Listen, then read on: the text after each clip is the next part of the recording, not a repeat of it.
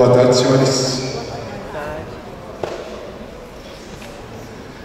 Dando início ao painel número 5, de introito, eu passo a palavra ao presidente do Instituto Pimenta Bueno, emérito professor Manuel Gonçalves Ferreira Filho.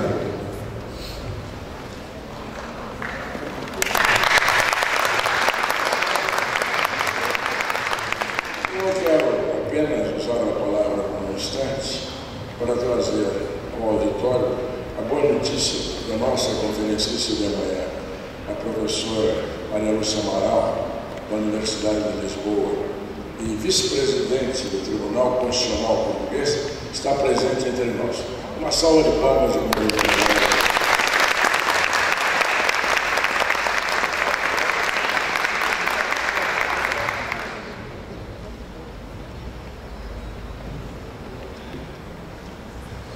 Dando início ao painel número 5, o Poder Executivo na Ordem Democrática.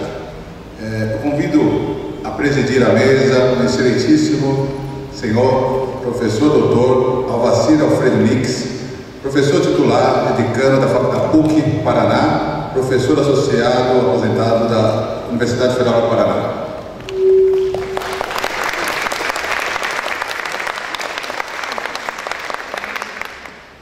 Eu convido a compor a mesa o excelentíssimo senhor professor doutor titular de Direito Tributário, professor Humberto Ávila, professor dessa instituição, Faculdade de Direito do Tribunal de São Francisco.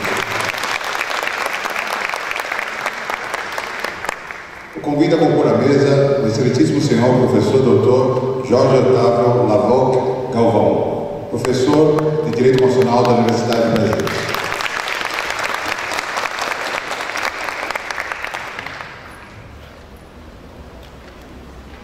Eu convido a compor a mesa o excelentíssimo senhor professor doutor José Levi Melo do Amaral Júnior, professor de Direito da Faculdade do Lago São Francisco.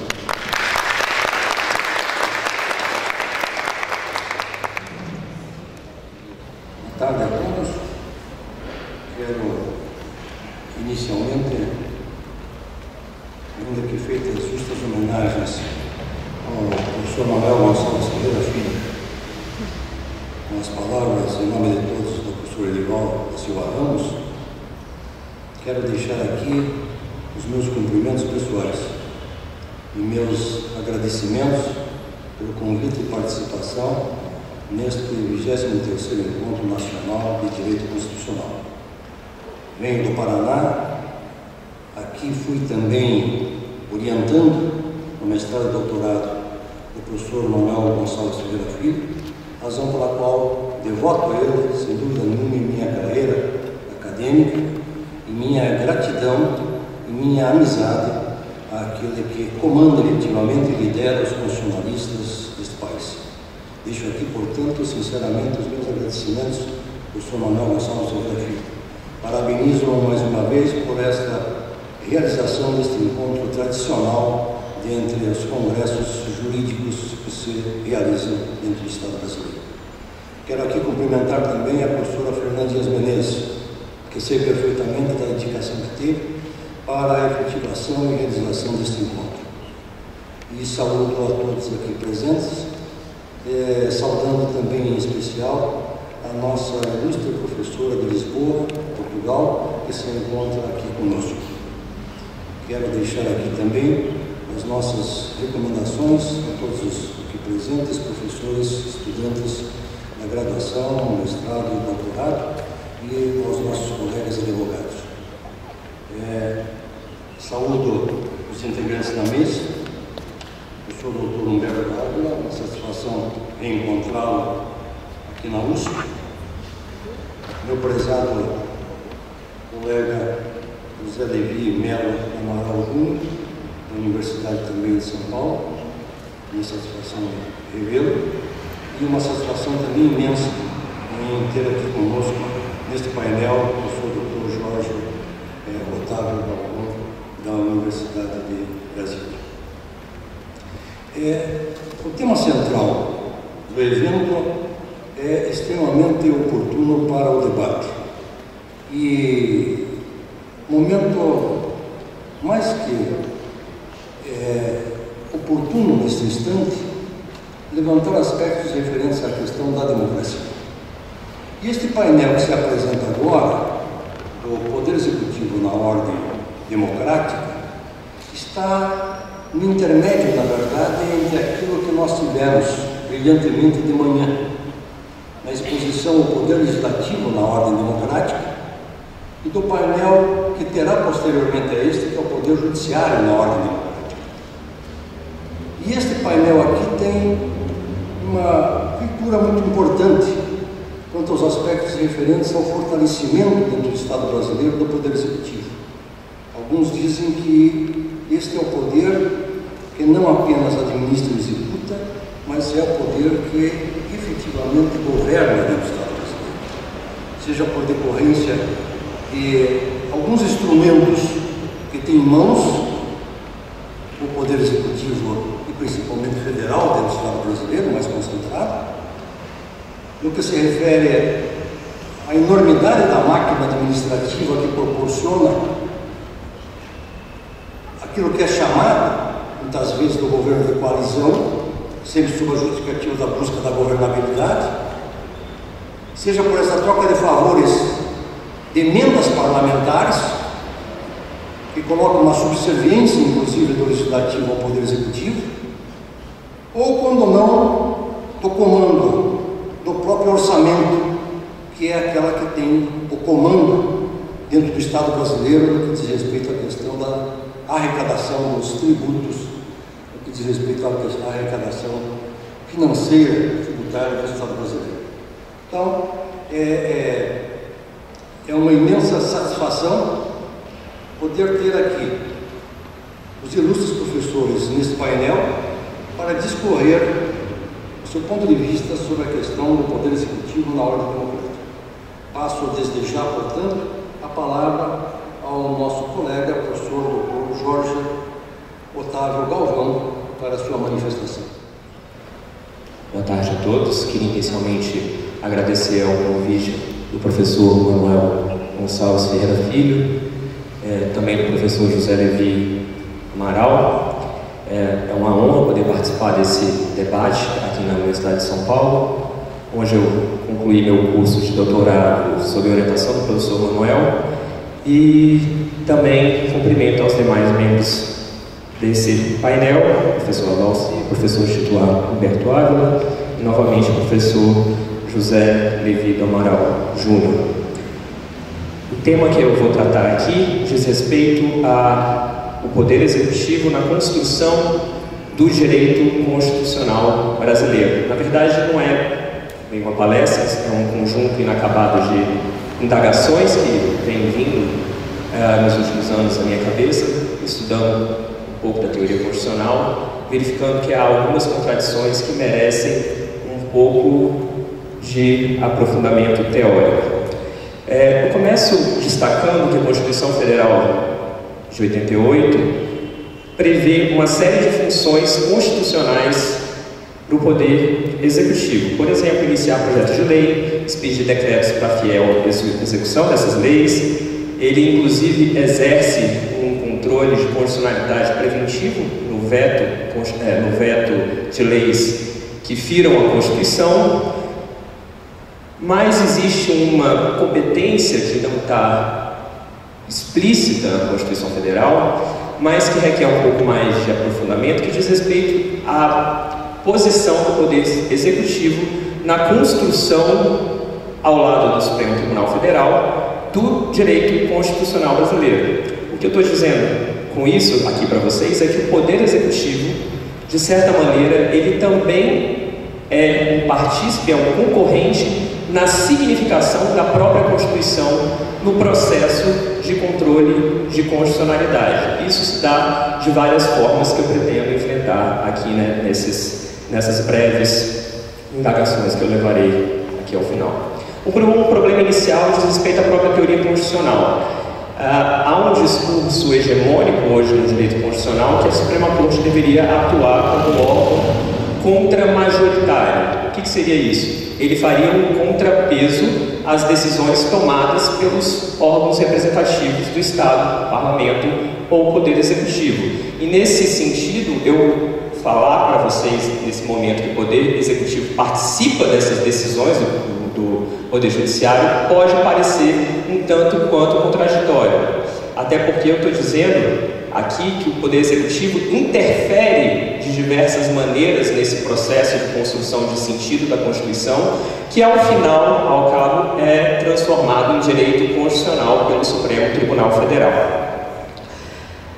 Nós temos exemplos desse tipo de teoria que vê na Corte o papel contra-majoritário, por exemplo, na teoria do Dworkin. Dworkin vai afirmar que a Corte seria um fórum de princípios e que os direitos seriam trunfos contra maiorias, o que significa que esses direitos seriam oponíveis também contra o Poder Executivo. Então, nesse ponto, parece contraditório eu afirmar para vocês que o Poder Executivo tem uma função determinante também na definição desses direitos, ou na definição do que seja o direito constitucional.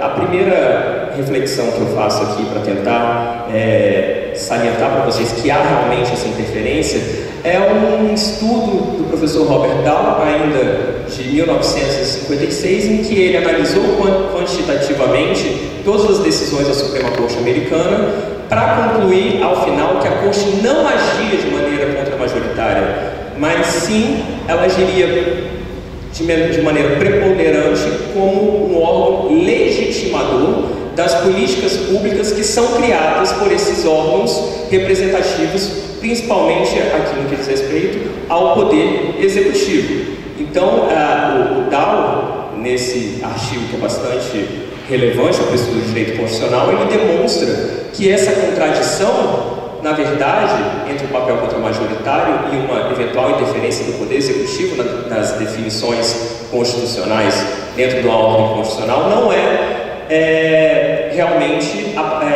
verdadeira. Ela é só uma contradição aparente.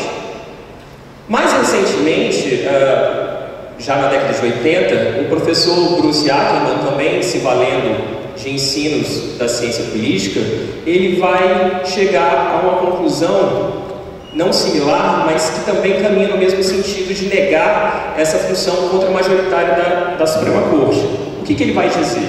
O professor Bruce Ackerman vai dizer que em determinados momentos excepcionais, o que ele chama de momentos constitucionais, a população, os cidadãos e os políticos se engajariam no processo político público de redefinição do sentido da Constituição. E esse processo de redefinição não necessariamente se vincularia ao texto escrito da Constituição. E aí ele cita como exemplo o New Deal. O New Deal foi um processo político que durou, foi um processo de tomada de decisões políticas ocorrido entre a década de 20 e a década de 30, em que o presidente da República norte-americana, o Roosevelt, adotou uma série de políticas públicas que eram contrárias à ideia liberal de direitos que a Suprema Corte tinha naquele momento. E ele vai dizer que, passados alguns anos, passado esse debate público que envolveu toda a população americana sobre a validade do New Deal, a Suprema Corte veio ao final a validar, alterando a sua própria compreensão sobre o que seria a Constituição norte-americana. E qual que é a relevância do estudo do Bruce Ackerman aqui para essa minha colocação? O professor Bruce Ackerman da Universidade de Yale, ele vai dizer que o Poder Executivo é o principal gatilho desses momentos constitucionais.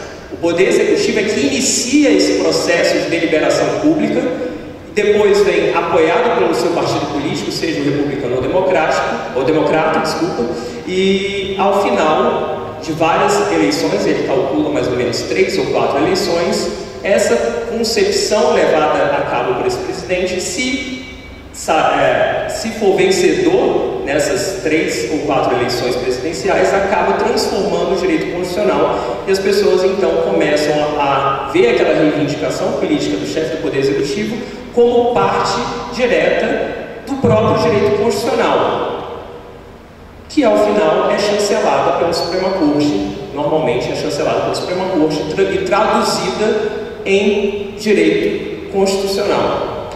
Essas observações do professor Bruce Ackerman, elas são bastante relevantes, mas ainda estão no plano abstrato. A gente não consegue visualizar diretamente qual é a ligação entre o poder executivo e a definição do direito constitucional e o conteúdo do direito constitucional. E foi isso exatamente que o professor Balkin, também da Universidade de Yale, tentou fazer numa obra recente chamada Living Originalism, tentando demonstrar quais são os canais de comunicação entre o poder executivo e o poder judiciário, de maneira a tentar diagnosticar de que forma o poder executivo, então, também acaba produzindo uma ressignificação do próprio conteúdo da Constituição. E ele enumera 3 institutos básicos. O primeiro seria a ideia de uma construção constitucional. O que ele está dizendo aqui é que a interpretação da Constituição não seria algo estanque na Suprema Corte, mas que os demais órgãos políticos, seja a Presidência da República, seja o Congresso Nacional, ao exercerem suas competências constitucionais, elas estão produzindo interpretações dessa Constituição que ele chama de construções constitucionais. Essas construções constitucionais, no seu conjunto, formaria a nossa compreensão sobre o que é a própria Constituição, que se altera ao longo de gerações. Um exemplo que poderíamos trazer aqui. Caso esse decreto que criou os comitês populares, como se chama? As comissões populares do Executivo, venha ao final a ser chancelado num julgamento do Supremo Tribunal Federal, a gente vai ter uma mudança de compreensão sobre o que seja o decreto previsto na Constituição, porque esse decreto aparentemente não regula nenhuma lei.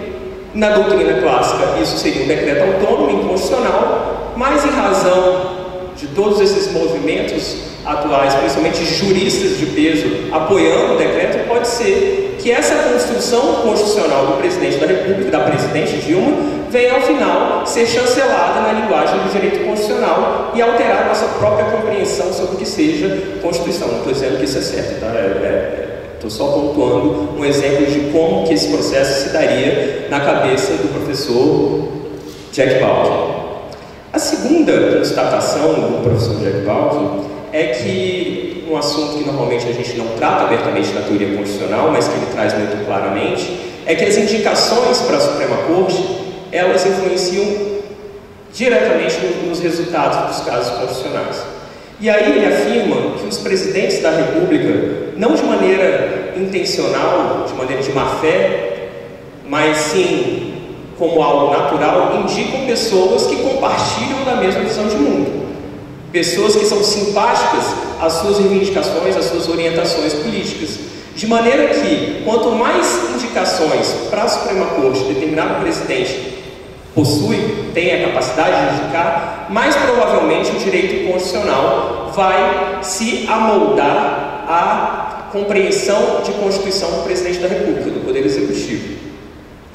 E um terceiro ponto que o professor Jack Balkin destaca é que a pressão social, seja de partidos políticos, seja da mídia, seja do próprio presidente da República, é muito relevante para conseguir colocar determinados casos na agenda da Suprema Corte. É o que ele vai chamar de on the wall e off the wall, na parede e fora da parede. Ele fala o seguinte, que determinadas questões são levadas são julgadas pela Suprema Corte em razão da pressão social que determinados atores institucionais exercem sobre a Suprema Corte. E aí ele cita como exemplo, e aqui parece cair muito bem, o caso do Obamacare, que aparentemente não havia nenhuma questão constitucional relevante, mas em razão da pressão do Partido Republicano, o caso foi rapidamente julgado pela Suprema Corte americana, que no final chancelou a política pública do presidente Obama. Mas o que é relevante salientar aqui é que a pressão social exercida sobre a Suprema Corte normalmente enseja resultados diferentes do que daqueles processos que não tem nenhum ator institucional relevante envolvido. Trazendo um pouco para o direito constitucional brasileiro, eu tento aqui fazer algumas poucas provocações. Nós vimos nos últimos 15 anos, na última década, a partir de 2003 em diante, uma mudança significativa da postura do Supremo Tribunal Federal. Podemos dizer que hoje a Suprema Corte é muito mais ativista do que era na década de 90 ou na década de 80. E nesse mesmo período, nesses últimos 12 anos, basicamente 12 anos, houve também a ascensão do Partido dos Trabalhadores no governo federal. E a questão que se põe é, há um paralelo entre essa nova postura da Suprema Corte e essa nova configuração do Poder Executivo, que passou a ser dominado pelo Partido dos Trabalhadores, e eu começo aqui trazendo alguns elementos que parecem corroborar com essa tese. Primeiro, historicamente, o Partido dos Trabalhadores sempre trouxe nas eleições uma bandeira de defesa de direitos das minorias. Mesmo no governo, várias secretarias, por exemplo, de respeito aos direitos das mulheres, de igualdade racial, foram criadas nesse governo. E, simultaneamente, vários casos similares, discutindo essas questões, são levadas ao Supremo Tribunal Federal. Nós temos, por exemplo, a DPF 186, que discutiu a constitucionalidade das cotas raciais na Universidade de Brasília. Nós temos, por exemplo, a petição 3388, que discutiu a legalidade da demarcação indígena da Raposa Serra do Sol. Nós temos a DPF 132, que tratou do casamento homoafetivo, fazendo aqui um link também com a promoção dos direitos de gênero pelo Partido dos Trabalhadores. E no campo da doutrina constitucional, já agora caminhando para a doutrina em si, nós temos a emergência do que alguns doutrinadores chamam de paradigma neoconstitucional. O que seria esse neoconstitucionalismo? Isso é um tema bastante caro, porque é o tema da minha tese de doutorado. O neoconstitucionalismo, ele embute dentro de uma teoria constitucional uma instrumentalização do direito para que seja realizada, para que seja implementada uma maior justiça social, uma maior, deixando claro, uma maior redistribuição de renda. E redistribuição de renda, ela é um dos pilares do programa econômico do PT, seja por meio da Bolsa Família, seja por meio do aumento efetivo do salário mínimo, seja por meio do aumento do salário dos servidores públicos.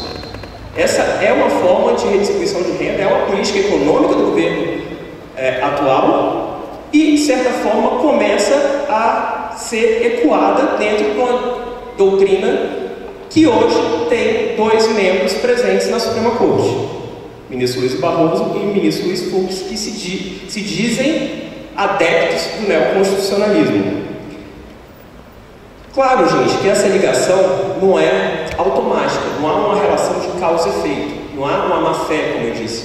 Isso é algo natural, e é isso que Balkin tenta demonstrar no âmbito da doutrina constitucional norte-americana. É natural que os presidentes de determinada ideologia indiquem ministros mais próximos ao seu pensamento. É natural que o Poder Executivo leve casos constitucionais que sejam do seu interesse para a Suprema Corte.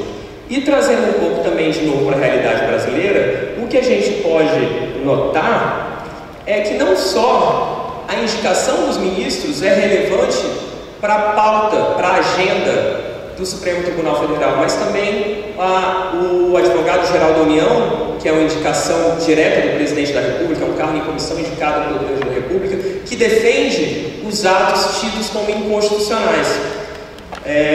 Esse membro da AGU, ele normalmente tem uma posição ideológica similar ao do chefe do Poder Executivo e leva essas demandas na linguagem do direito constitucional a partir de uma perspectiva que ele considera mais adequada. Tem um caso bastante emblemático, que é a de 3082, em que o AGU, que deveria ter o munus de defender o ato tido como ilegal, vem, na verdade, diz: esse ato aqui do Tribunal Superior do Trabalho, que proíbe o acesso de deficientes físicos ao concurso público que estava sendo realizado é inconstitucional.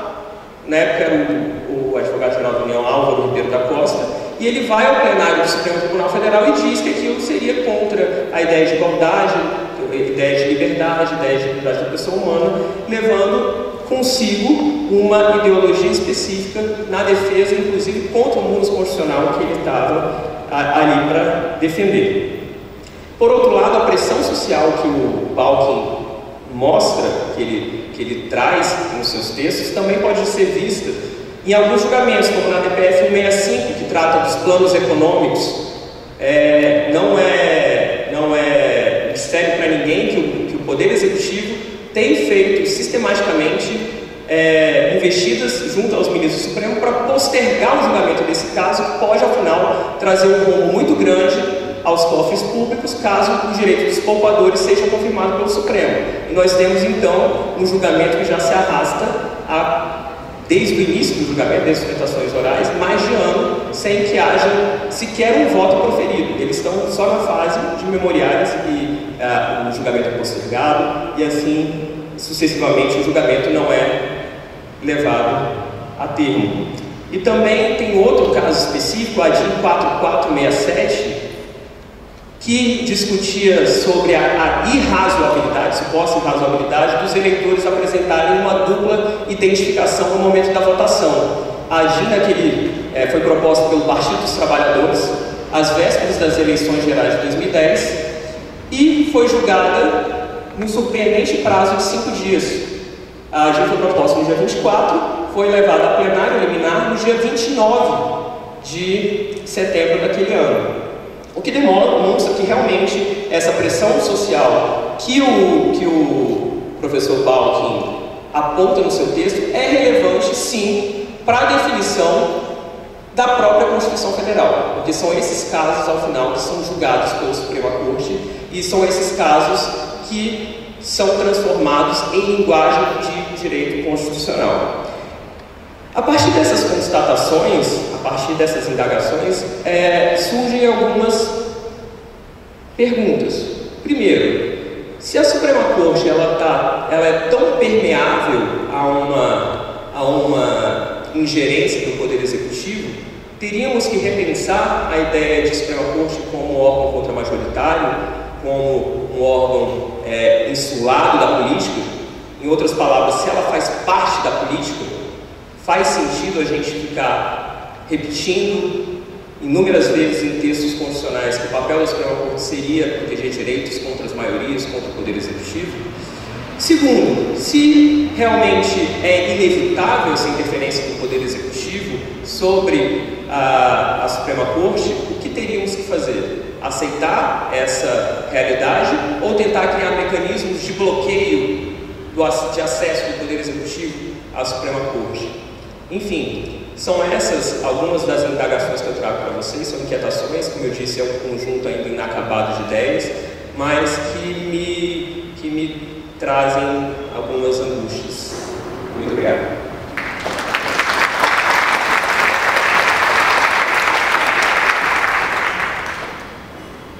Quero agradecer a manifestação do professor Jorge, que estabeleceu para nós as indagações da verdade que se apresentam com respeito à questão da ordem democrática no que diz respeito ao Poder Executivo. Eu passo a desejar a palavra ao professor José Levi Melo Amaral Júnior. Boa tarde a todos. Eu gostaria de cumprimentar o presidente da mesa, o professor Alvacenix, uma alegria muito grande ser presidido neste painel pelo professor Alvacenix, e cumprimentar de maneira muito efusiva o professor Jorge Otávio Alvocar Galvão, que me antecedeu, uma satisfação dividir mesa com ele, e cumprimentar de maneira muito especial também o professor Humberto Ávila, professor titular desta faculdade. É uma honra muito grande também falar na presença do professor. Eu gostaria de agradecer ao Instituto Brito Bueno, na pessoa do seu presidente, professor emérito dessa faculdade, professor Manuel Gonçalves Serafim, a oportunidade de voltar a participar deste evento, muito tradicional, e fico realmente comovido cada vez que tenho uma oportunidade de voltar a frequentar esse âmbito de debate tão qualificado que é a Associação Brasileira dos Constitucionalistas do Instituto Pimenta Bueno. Eu gostaria de cumprimentar na pessoa da professora conselheira Maria do Samaral todos os presentes, de modo particular os professores que aqui apoiam e os alunos que aqui também se colocam no debate. Minha exposição é pretensiosamente breve, mas espero que seja suficiente para 3 breves homenagens. Falarei, claro, sobre o Poder Executivo e pretendo passar de uma compreensão mais clássica para uma compreensão mais contemporânea, de modo a fazer uma avaliação do Executivo dentro do quadro de sistema de governo brasileiro, para daí, quem sabe, fazer um diagnóstico. Sem pretensão de traçar soluções, mas sim de dividir com vocês algumas preocupações. E claro, a análise clássica do assunto necessariamente começa por Montesquieu. E eu gostaria de lembrar que já no capítulo 4, livro 11, na sua obra máxima, Espíritas Leis, Montesquieu nos conta aquele que é o ponto de partida de todo o raciocínio dele acerca da organização dos poderes. A experiência eterna mostra que todo homem que tem poder é tentado a abusar dele, vai até onde encontra limites. Logo na sequência, Montesquieu nos conta a receita para impedir o abuso. Para que não se possa abusar do poder, é preciso que, pela disposição das coisas, o poder freie o poder. Prosseguindo, Montesquieu faz uma prescrição de arranjo institucional onde deseja que o poder freie o poder. Isso porque, e aqui vale citar um outro constitucionalista bastante amigo do Instituto Pimenta Bueno, o professor Jorge Miranda: contra o poder, só o poder. Essa é a razão, essa é a essência da doutrina de Montesquieu. A ideia de que a única maneira de limitar o poder consiste em criar outro poder que o limite.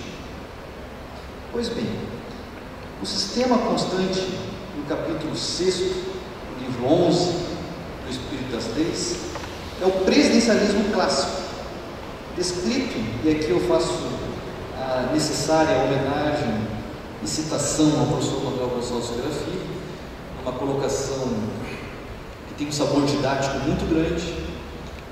Esse presidencialismo clássico descrito por Montesquieu funda-se num instantâneo, como se fosse uma fotografia que Montesquieu tirou de um momento, em um específico momento evolutivo das instituições inglesas, ou seja, no perfil que elas exibiam na primeira metade do século XVIII. No início do capítulo 6, livro 11 do Espírito das Leis, Montesquieu afirma, e essa é uma colocação também bastante conhecida de Montesquieu, que há em cada estado 3 espécies de poderes: o poder legislativo, o poder executivo das coisas que dependem do direito da gente, o poder executivo das coisas que dependem do direito civil. Nos interessa aqui o segundo, poder executivo das coisas que dependem do direito da gente. Montesquieu explica que por esse poder o príncipe ou magistrado faz a paz ou a guerra, envia ou recebe embaixadas, estabelece a segurança, previne as invasões. Chama a este poder simplesmente de o poder executivo do Estado. Essa descrição que Montesquieu faz do poder executivo, ou seja, o poder pelo qual o príncipe ou magistrado faz a paz ou a guerra, envia ou recebe embaixadas, estabelece a segurança, previne as invasões, corresponde tipicamente ao que nós diríamos funções próprias da chefia de Estado. Esta conclusão é provada com uma fórmula que o próprio Montesquieu utiliza para se referir a este poder, executivo das coisas que dependem do direito das gentes. Ora, o que é o direito das gentes? O que é, senão, ius gentium, o direito dos povos? Grosso modo, o direito internacional, matéria própria, mas de efeito de Estado. Pois bem, ainda conforme Montesquieu, o poder executivo, leia Montesquieu, deve permanecer nas mãos de um monarca, porque esta parte do governo, que quase sempre tem necessidade de uma ação momentânea, é melhor administrada por um do que por muitos. E aqui eu presto uma segunda homenagem necessária neste nosso ambiente. Eu cito Pimenta Bueno para explicar esta colocação de Montesquieu. Diz Pimenta Bueno: se o executar deve ser ato da unidade, o resolver, o deliberar, o adotar a melhor norma é sem dúvida obra de muitos. Isto deve ser sempre tarefa da inteligência coletiva, pausada, refletida. Aquilo, o executar, é propriedade da ação, da força, da vontade, da unidade pronta e enérgica.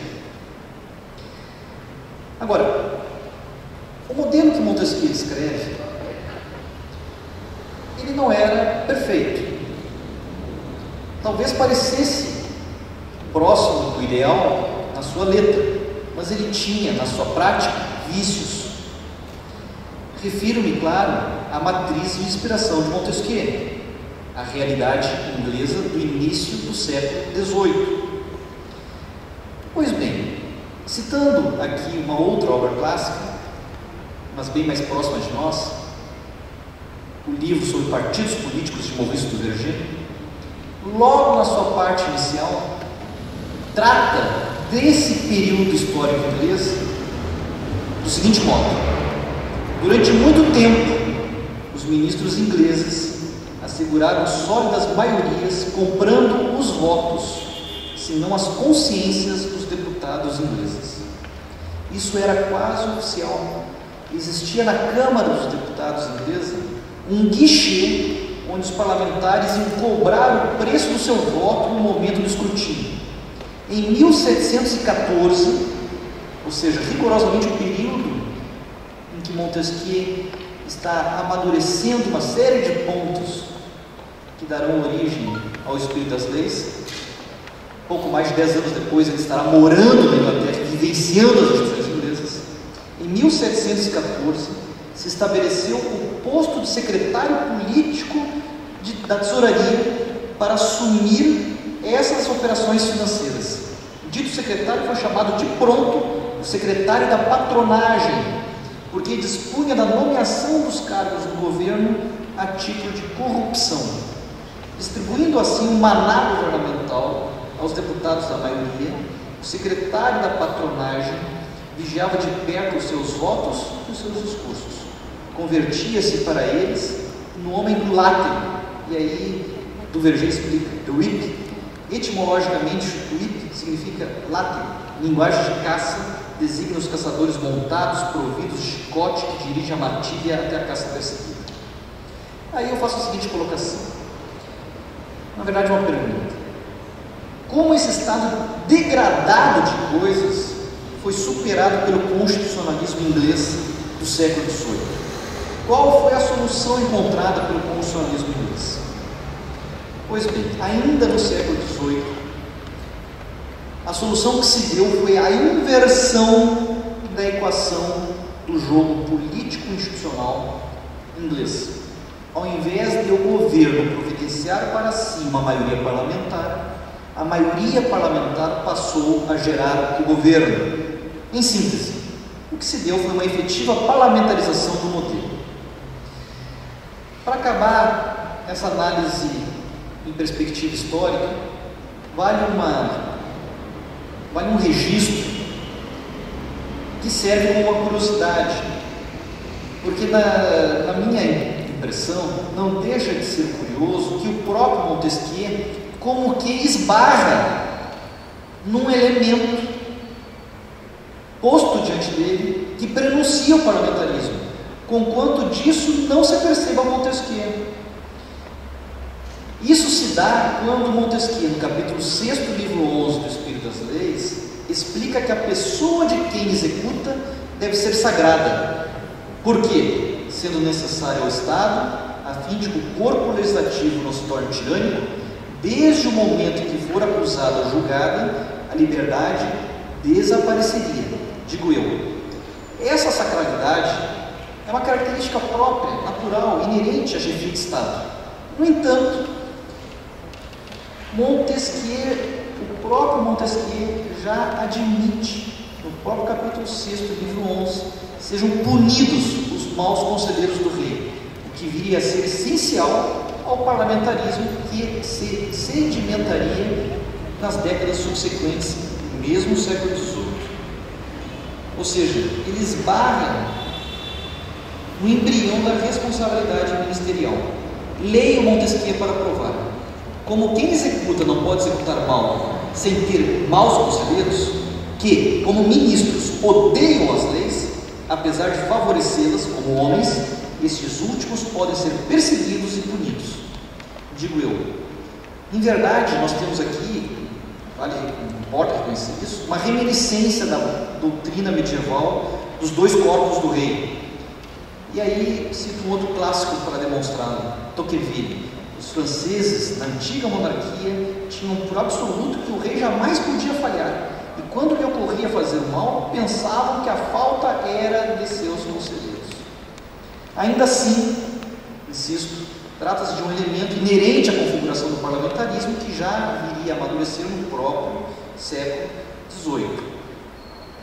Enfim, para encerrar essa parte em perspectiva histórica, eu cito uma vez mais o nosso professor Manuel Gonçalves Ferreira Filho, como que para uma síntese provar o que foi afirmado até aqui.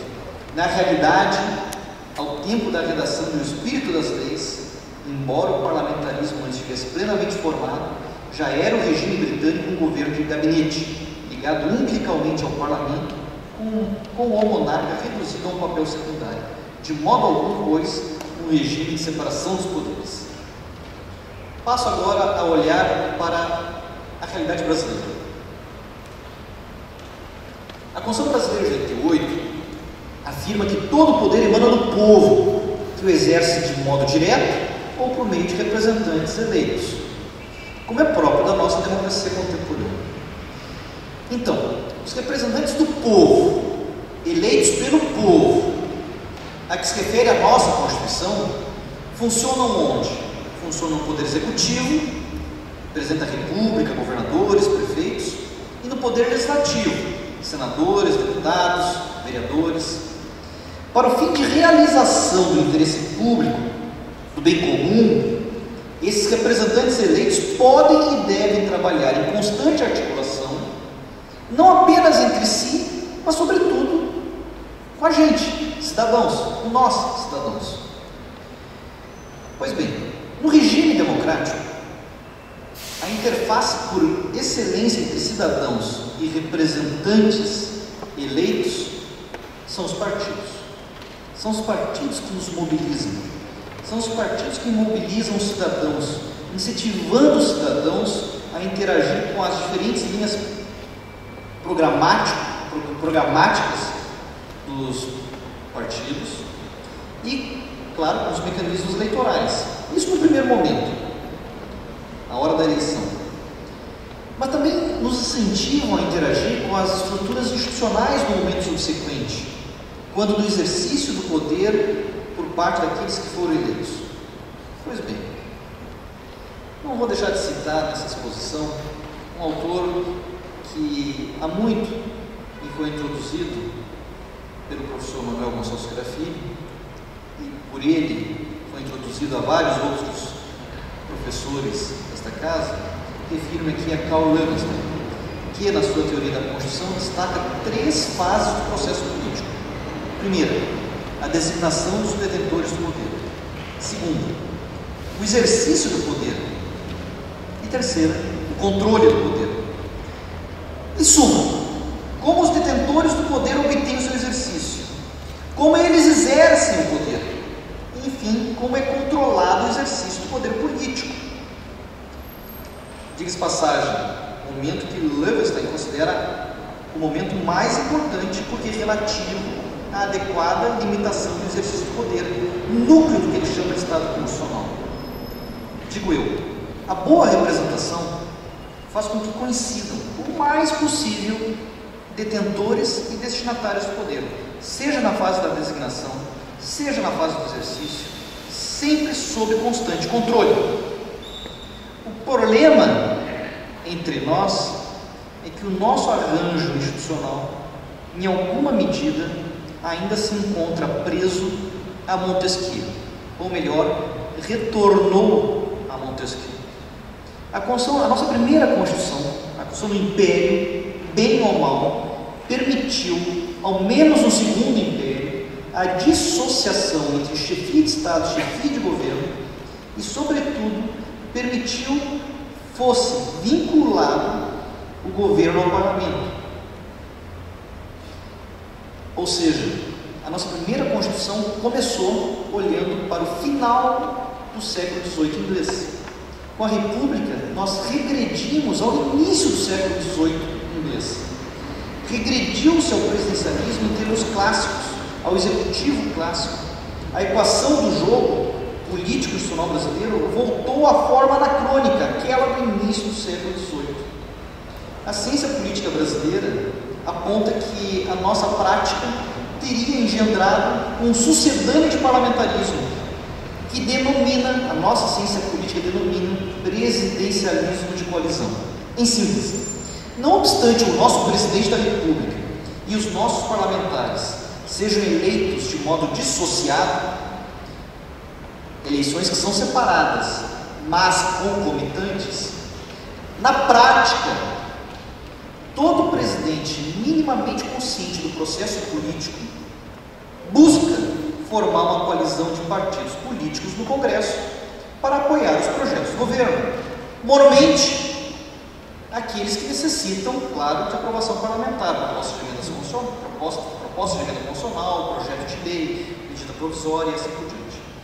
Não há dúvida, isso é essencial para a governabilidade.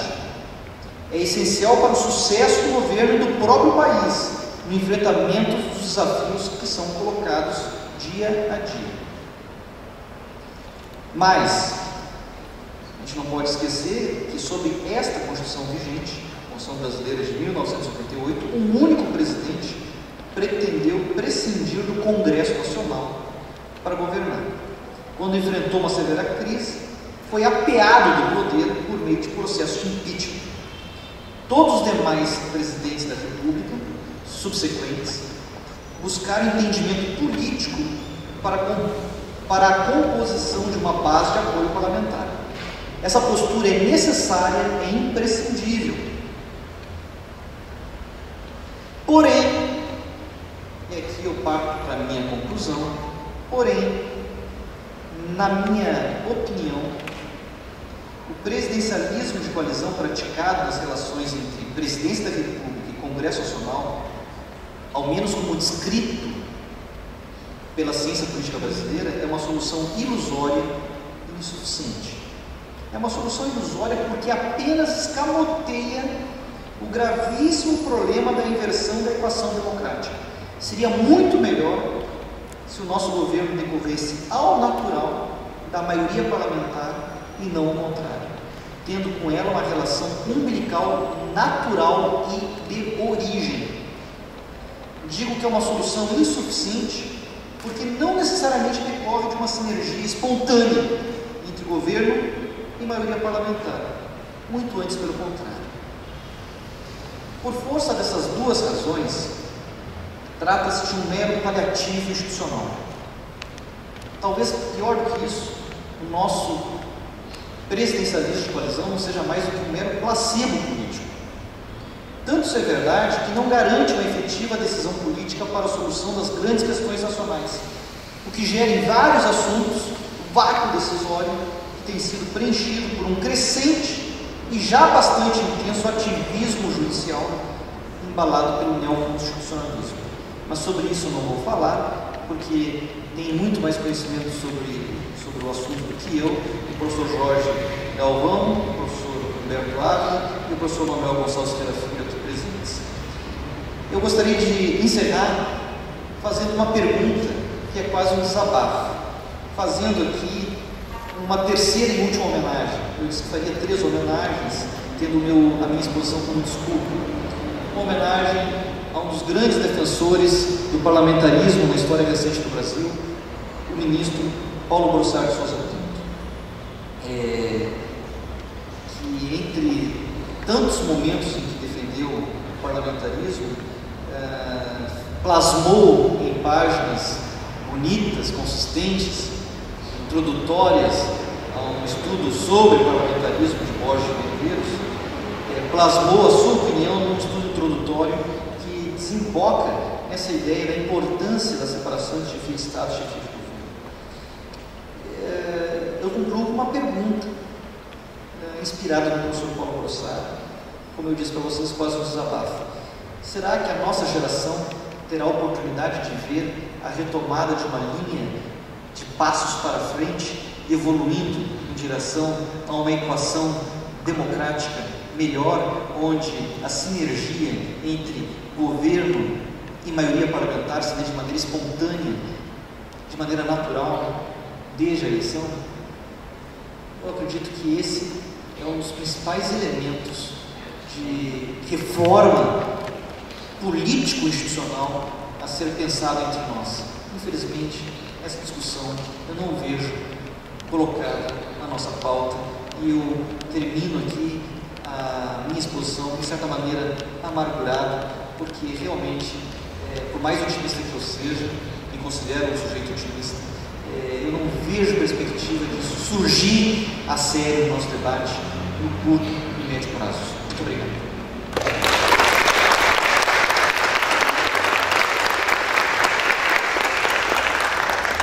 Obrigado ao professor Amaral pela brilhante exposição, homenagens, que dizia respeito à questão de uma evolução histórica que se fez com relação à ordem democrática e o sistema presidencialista. Uma parte pragmática, que se refere exatamente ao chamado presidencialismo de coalizão, que leva sempre a uma justificativa pela governabilidade, a qual colocou como um placebo político, e a terceira, a sua indagação da expectativa que tem de que se possa futuramente as novas gerações se debruçarem sobre não apenas os problemas, mas principalmente as soluções que devem ser efetivamente apresentadas. Quero aqui agradecer e parabenizar o professor Eugênio. Passo desde já a palavra ao professor Humberto Aguilar. Boa tarde a todos. Eu queria agradecer ao professor Alvacir Dinks, que preside esta sessão, em seu nome, a organização do Congresso, especialmente o professor Manuel Gonçalves Ferreira Filho, cumprimentar os colegas de mesa, Jorge Galvão, José Levi Amaral. Eu costumo dizer que uma boa palestra tem que se revestir de algumas características. É preciso falar alto para ser escutado, claro para ser compreendido e pouco para ser aplaudido. Eu vou falar pouco, especialmente porque o tema já foi tão bem enfrentado pelos meus colegas. Eu quero começar, tendo em vista que se trata de um evento em homenagem ao professor Manuel Gonçalves, lembrando de algo que ele falou no momento em que proferiu uma palestra sobre neoconstitucionalismo num painel que era composto de outros professores, por outros professores, entre os quais eu estou falando. E ele começou dizendo algo que pode parecer trivial, mas é hoje, na minha avaliação, algo de extrema importância. É preciso saber quem decide. Hoje nós nos preocupamos com o que, preocupamos com o porquê, nos preocupamos com o para quê, mas deixamos de nos preocupar com quem e como. E não há país que possa funcionar, sistema político que possa ser efetivo, sem que haja regras de competência e de procedimento claras, definidas e coerentemente aplicadas. Por que eu estou falando sobre isso?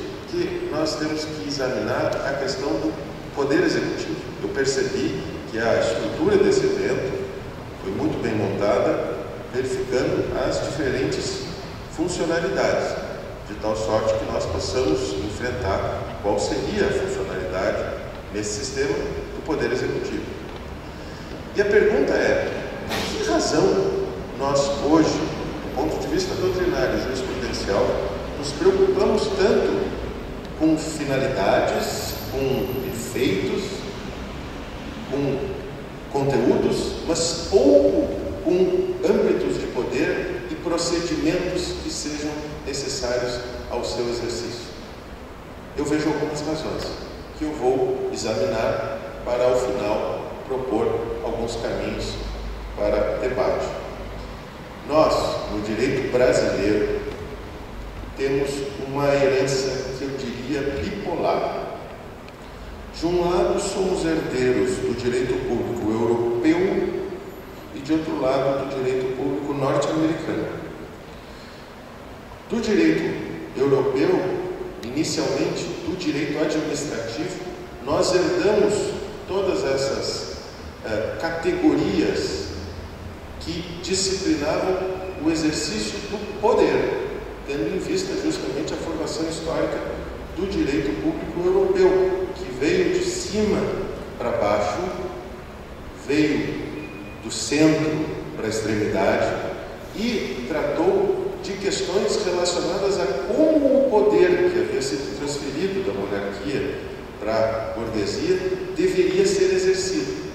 Não é à toa que o próprio direito brasileiro, que se abeberou dos livros de direito administrativo inicialmente, só depois de direito constitucional, insistentemente tratavam de questões relacionadas à competência, investidura, exercício do poder e por aí vai.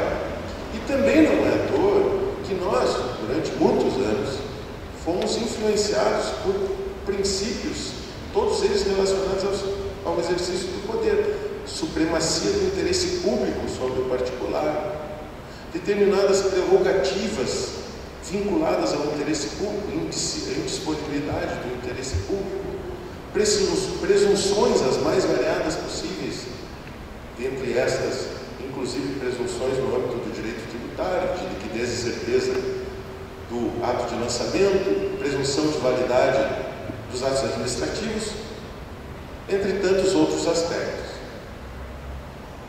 O constitucionalismo veio mais tardiamente, com a influência de autores europeus, mas que não chegaram a marcar tanto quanto marcaram os estudos de direito administrativo na primeira metade do século passado.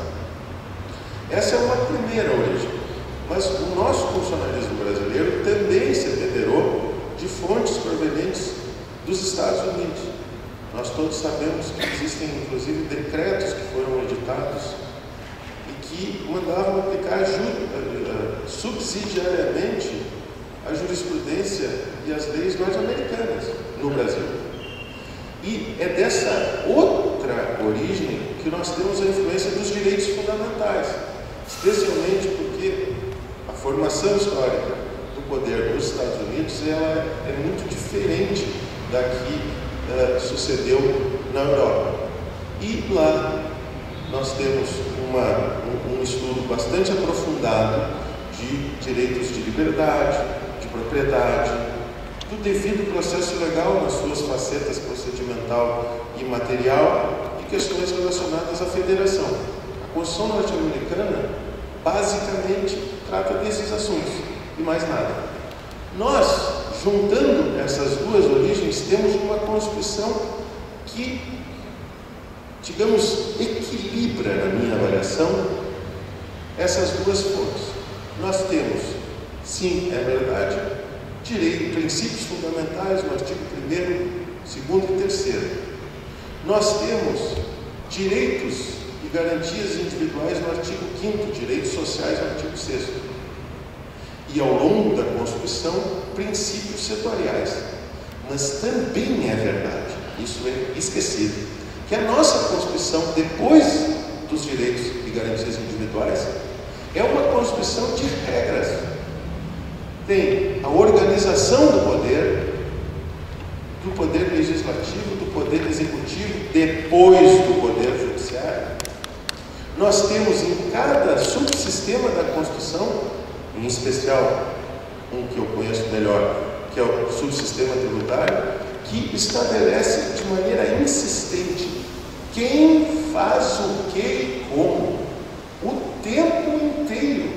Nós temos regras de competência para estabelecer quais são os tributos, nós temos as espécies tributárias, nós temos os princípios materiais que devem dirigir ou servir de diretriz para o exercício dessas competências, e nós temos até mais divisão de receitas entre os entes federados. Eu apenas uso o exemplo do subsistema tributário para mostrar que a nossa Constituição, gostemos ou não, aceitemos ou não, é uma Constituição muito, mas muito preocupada com o exercício do poder, especialmente por meio da sua alocação mediante regras, seja de organização, especialmente de competência, sejam regras procedimentais relacionadas a como esse poder deverá ser exercido.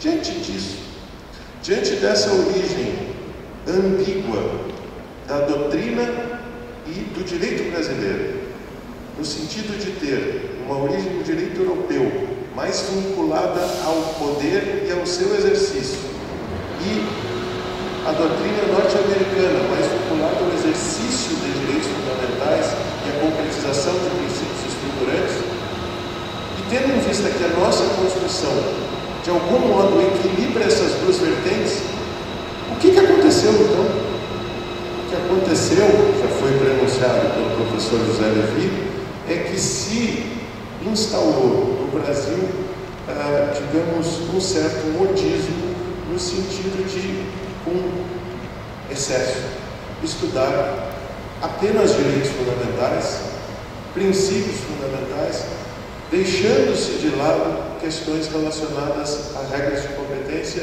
e normas procedimentais. Eu me recordo, por exemplo, de que há 2 anos atrás recebi um livro de direito constitucional, sem a organização dos poderes, um livro de direito constitucional só com direitos fundamentais e controle de constitucionalidade.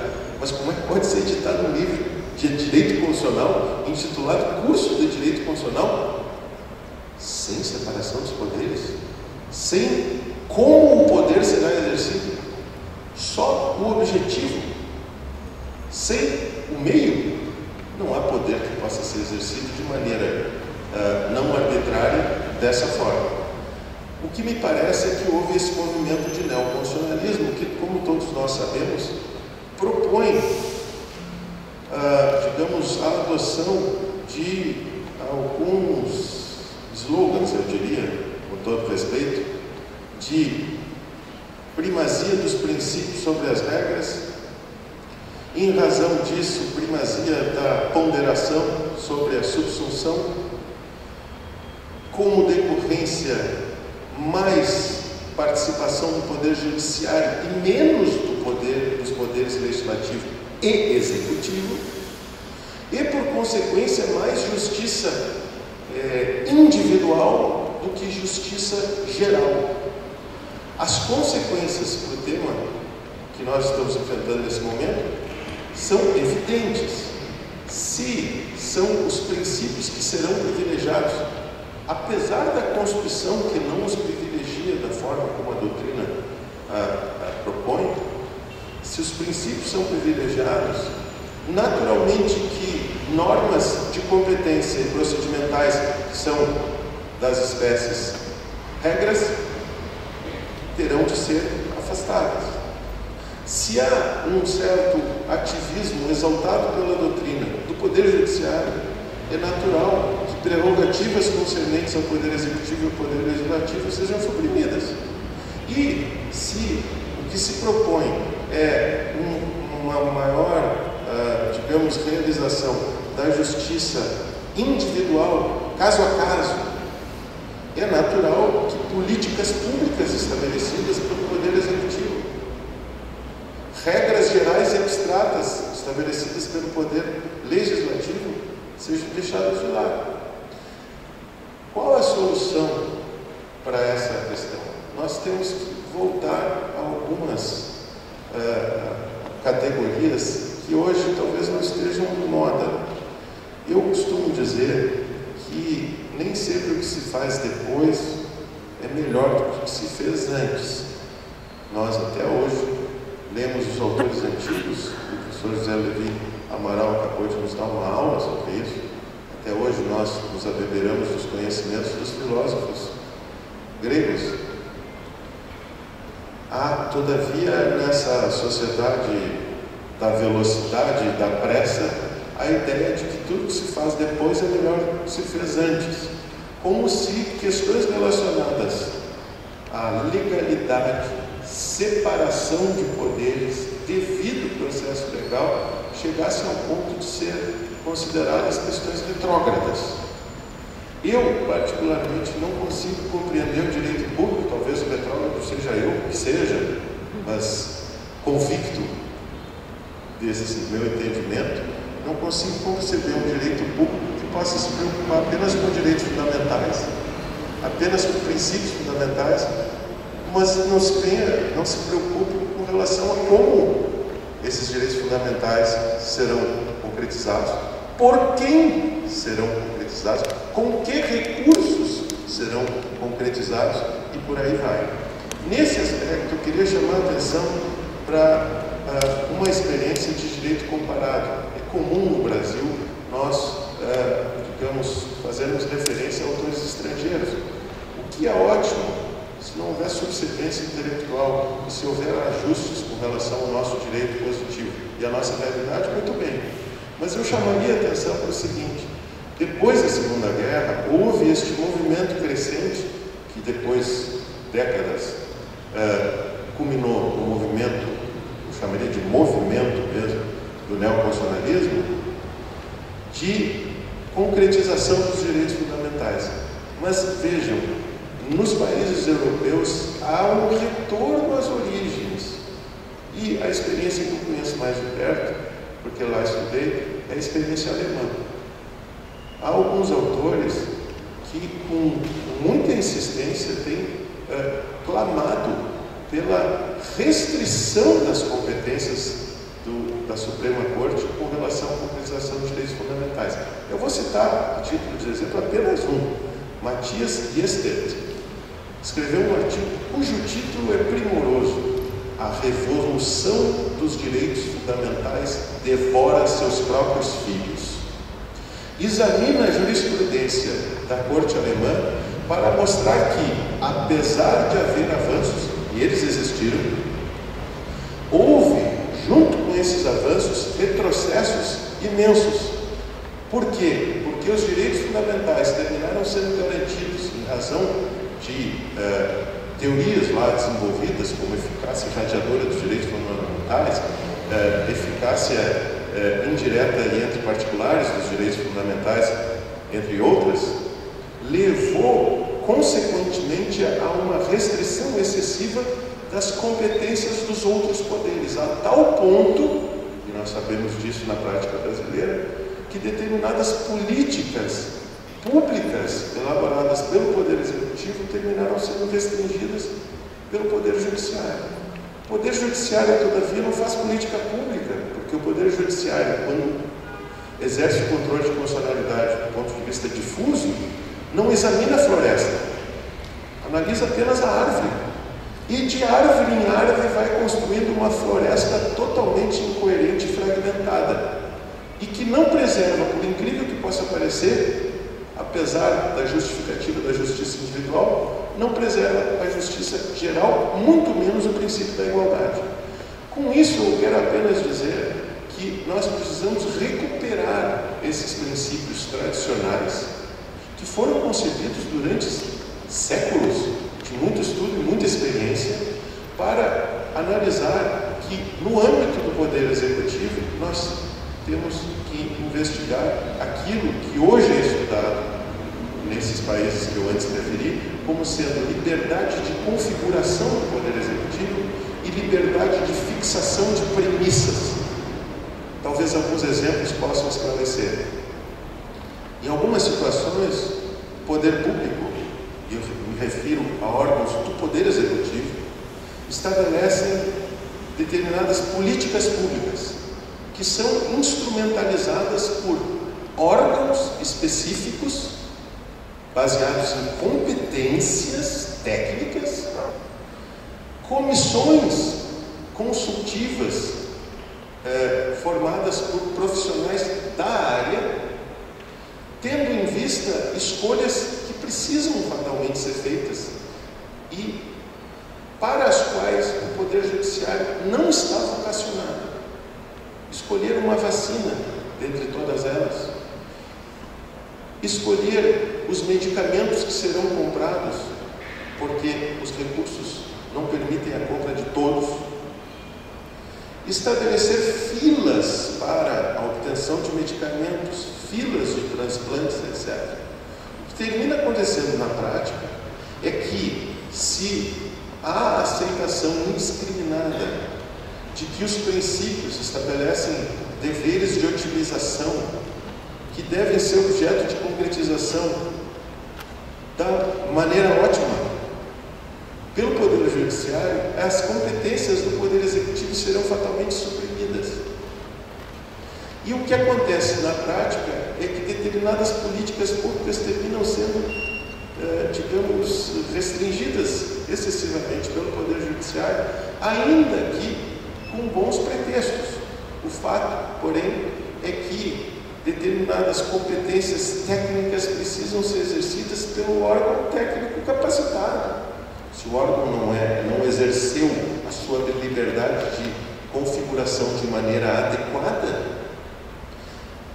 e manifestamente desproporcional, bom, nesse caso, o Poder Judiciário deverá corrigir, mas não corrigir a política pública, seja ela qual for, porque julga existir uma melhor. Então, o que se está estudando hoje é o que se denomina de controle da evidência. O Judiciário sempre pode controlar os atos do Poder Executivo, mas só deve substituir os atos quando eles forem inequivocamente contrários à Constituição. Quando eles violarem de maneira flagrante os princípios constitucionais e as regras constitucionais. Mas não, vejam só, não quando as políticas públicas, na opinião do julgador, não forem as melhores. Porque o Poder Judiciário não é o órgão competente para saber o que é melhor.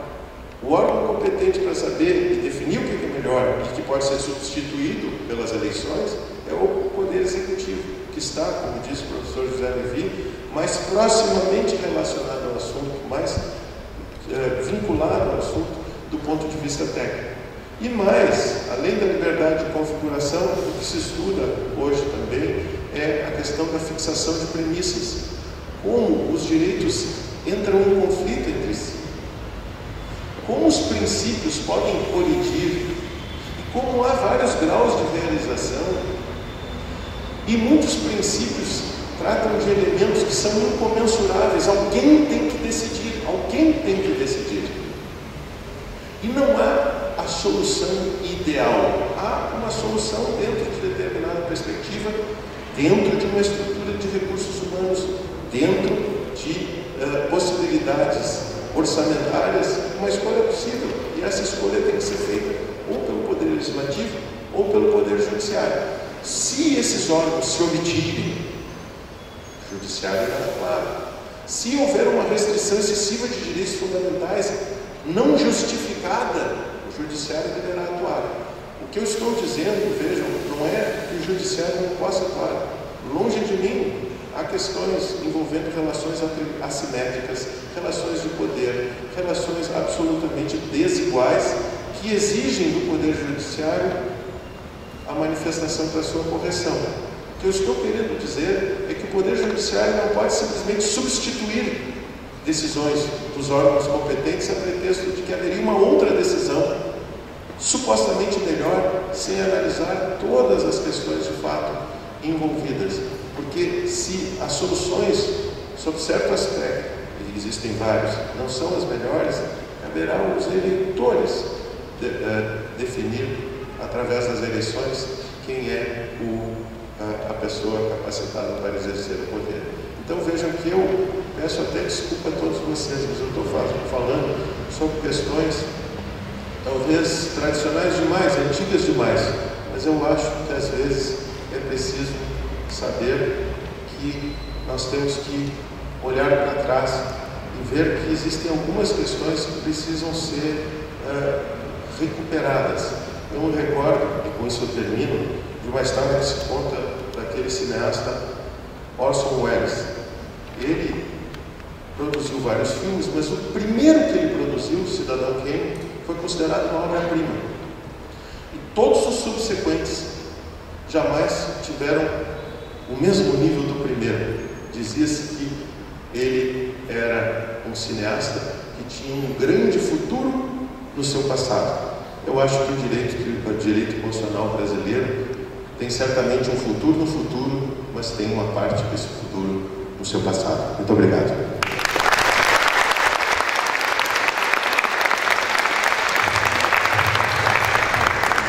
Quero cumprimentar o professor Humberto Ávila pela brilhante exposição aqui feita, no encerramento deste painel, em que foi colocada a análise do Poder Executivo na ordem democrática e que as três palestras, as três manifestações dos expositores se completaram, desde aquela do professor Jorge, como a do professor Levi, e agora concluindo nesta análise do Poder Executivo na ordem democrática, objeto deste painel, pela brilhante exposição também do professor Humberto Ávila.